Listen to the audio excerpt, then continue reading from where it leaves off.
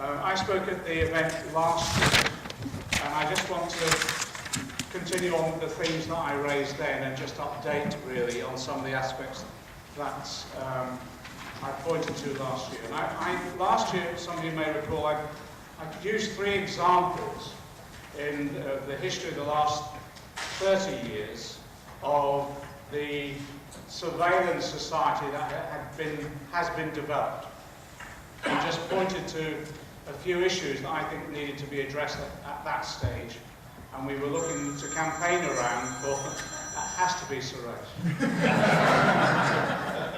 the campaign around to see over the last 12 months what improvements we could arrive at. I don't think we've moved on at all. In fact, we may well have gone backwards. And some of the aspects of the work that we've been doing and engagement on some of the cases that we've been dealing with have actually not only gone backwards, they've almost produced moments of farce, to be frank. The 3 aspects I raised last year, if I recall, was the 80s experience about the scale of surveillance and what happens when the scale of surveillance almost goes beyond control. And in the 80s, some of you will remember, a number of us were campaigning on Irish human rights issues, in particular the Operation of the Prevention of Terrorism Act. The first people arrested under the PTA were the Guildford Four, and I chaired the Guildford Four campaign, and Gareth's here, who were working with other lawyers, thank God, secured their release from a miscarriage of justice. But the issue throughout the 80s was that, as Paddy Hilliard's book outlined, the Irish community in Britain became a suspect community. And the scale of the arrests under the PTA was extraordinarily large, permeating and penetrating the Irish community in Britain on a scale that actually, I think, shocked large numbers of people. And it was enormous. People being lifted on a regular basis, people being lifted as they came backwards and forwards from Ireland, and also from the streets of London itself. Paddy Young did a piece of work which was extraordinary as well, in that we couldn't understand how stop and search on the Irish community at that point in time actually was in larger numbers than it was for black and ethnic minorities. Now, how could that be? You know, the Irish don't necessarily have completely different profiles from the rest of the community. They're not a different colour or anything like that. And then the work that Young did actually demonstrated what they described as larking and lurking, where actually it was police officers lurking outside particular Irish venues and pubs, etc., and then picking people up as a result of that. So there was an element of profiling to that extent.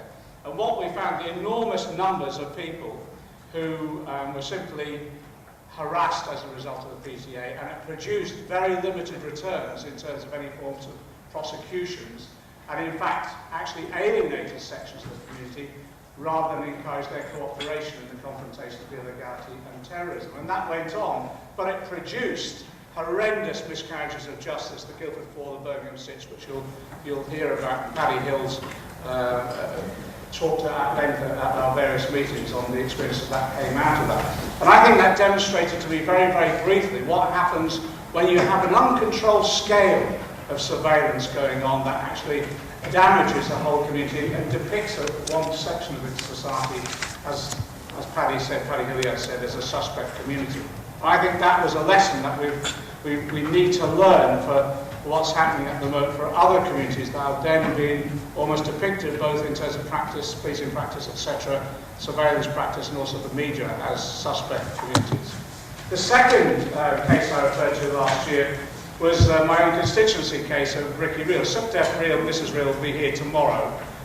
We'll be able to talk to people and respond to any questions. But just to recap, what that was about was a constituent of mine, Brunel student, a young man who went out for a night out in Richmond and then went missing, and the family couldn't understand why he hadn't come home that night, contacted me as the local police, local MP, and because they contacted the police and not had much of a response. In fact, no response at all apart from distraction, to be frank. And then Suresh and I were involved in the case throughout, and what happened there is that we were querying and questioning the police inquiry.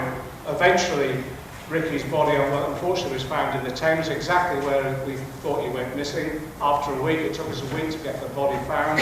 The investigation was extremely poor. We had IPCC investigations, and again, information was refused to the family, and eventually we got leaked information, which I read out on the floor of the House of Commons, because that was the only way we could get it out there. And all the way through that campaign, we set up a campaign, all the way through that campaign, our one desire, really, our one campaigning objective was to get more police resources to effectively search for those people who may well have produced Ricky's death, because we believe he was racially assaulted, certainly racially abused before he went missing. And all through that time, we were just saying we need a better investigation, we need police resources. And then last year, Suresh and I and the family were met with the Hearn inquiry officers, who were told actually we did have police officers involved in the campaign, but they were undercover and we were being surveilled as a result. But don't worry, we were told, don't worry, because this was simply collateral intrusion. I've never heard of collateral intrusion. But what it was, it seems that they were surveilling some individuals or others who got involved in our campaign, and as a result of that, we were being surveilled at the same time. And there was a real irony there, that here we were desperate for policing resources to investigate the case, and the policing resources that were being applied were actually as part of the surveillance of what we were doing. So this is the irony. They were surveilling our campaign to get more police resources. What happened after the conference last year is that we then sought further information. We asked for full information from Scotland Yard that was being held on members of the campaign, and the family in particular. And again, we thought as a result of some of this exposure through Hearn, etc., we would then learn some lessons. We'd meet constructively with Scotland Yard, and jointly we would learn what went on, get the truth, and then learn lessons from it. What then happened, Suresh and I and the family, we met in Scotland Yard, and we were given a redacted version of the files and references to us. And the redacted versions were literally possibly one word a page, or one sentence a page. And then what happened was, well, thank you very much, but we'd like to take these away and think about it. They said, no, you can't take them away. Because if you put them together with other redacted versions we've given other people, you can complete sentences and whole pages. At that point in time, they apologised to us for their involvement in all of this, at which point in time, Mrs. Real, quite rightfully, and in a very dignified way, said, we do not accept your apology. And then we looked at the redacted pages again, and all fell about laughter.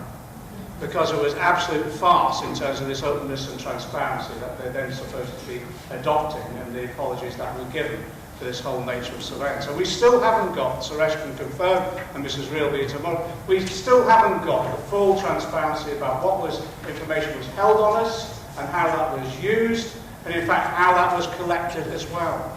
So actually, rather than go forward from what we thought last year we might get some more of the truth about what was going on, we've actually gone backwards, because I think we were treated, to be frank, and I don't say this lightly, I think we were treated with contempt by the way in which they refused to give us full access to the information concerned, and then to give us an apology in those terms was just unacceptable. And although we fell about laughing at the end of it, to be frank, it also stirred up all the memories of the family of what went on, and it was extremely distressing to the family afterwards too.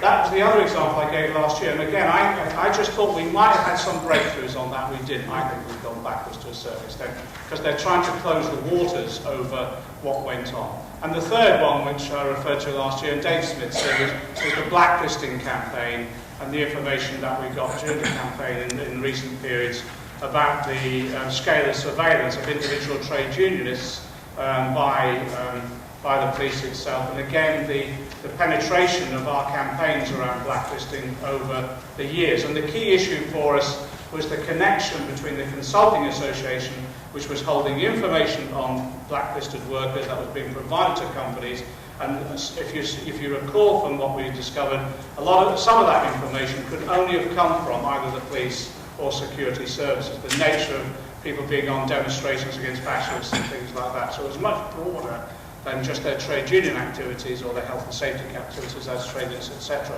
And then we got a statement from one of the officers involved in the special unit of surveillance confirming that actually not only blacklisted workers had been surveilled, but so had prominent trade unions and individual trade unions as well that had been targeted Now, what comes out of that is the Pitchford inquiry, in which, again, I'm hoping that at least we'll get some nearer to the truth of what's gone on. But the three things that came from me, really, was one, still the scale of surveillance operations that have gone on in the past and continue to go on from the examples that we've had, certainly with regard to blacklisting in recent years.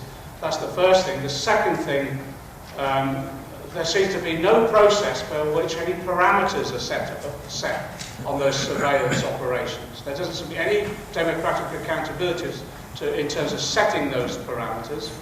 And the third thing as well is this whole issue around openness, transparency and democratic accountability. And if the Ricky Reel case is anything to go by, the opaqueness continues even at this stage on historical cases.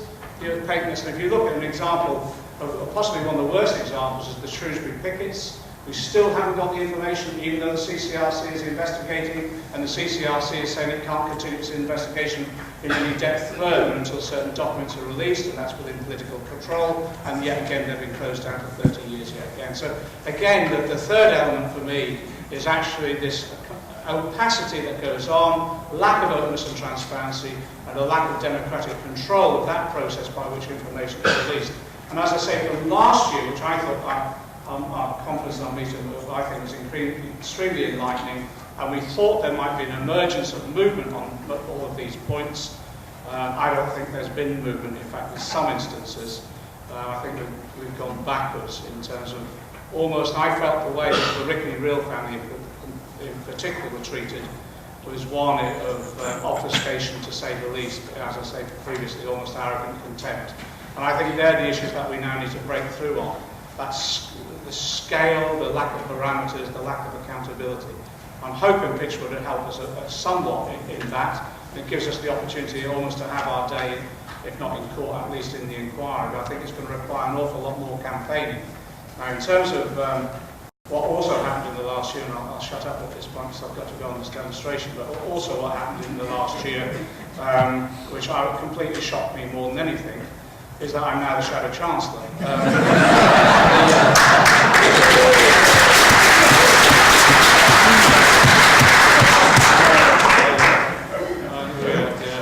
It's either congratulations or commiserations, I'm not completely sure at the moment. But with Jeremy Corbyn's election as leader of the Labour Party, I think the Labour Party's whole policy-making process now will reopen again as we run into the 2020 general election. We're hoping that we can ensure that that becomes much more engaging, open and transparent, but much more engaging. And in that way, in this field in particular, we can put these issues on the agenda. Now, I think we've had a significant breakthrough on that. Some of you were there. Andy Burnham, as our Home Affairs spokesman, convened a meeting of the various campaigns from Shrewsbury. We had the Sikh organisations there as well about what went on with regard to Amritsar and the collusion that may have did take place between the British government and others, plus the individual issues Sikhs that have been picked up as well under surveillance power exercises, and we had a whole range of other groups, Hillsborough, etc. Now, I think that was a breakthrough for us. Andy Burnham convening that, I think, was a significant breakthrough and demonstrates actually the Labour Party now is addressing these issues in a much more open and engaging way than it has done in the past. So I'm hoping the work that comes out of today and our other meetings and discussions that take place, we can feed into that policy-making process, and some of the lessons that can be learned of our experiences, our shared experiences, can then result in legislative and practitioner change in the future over an incoming Labour government. Thank you very much.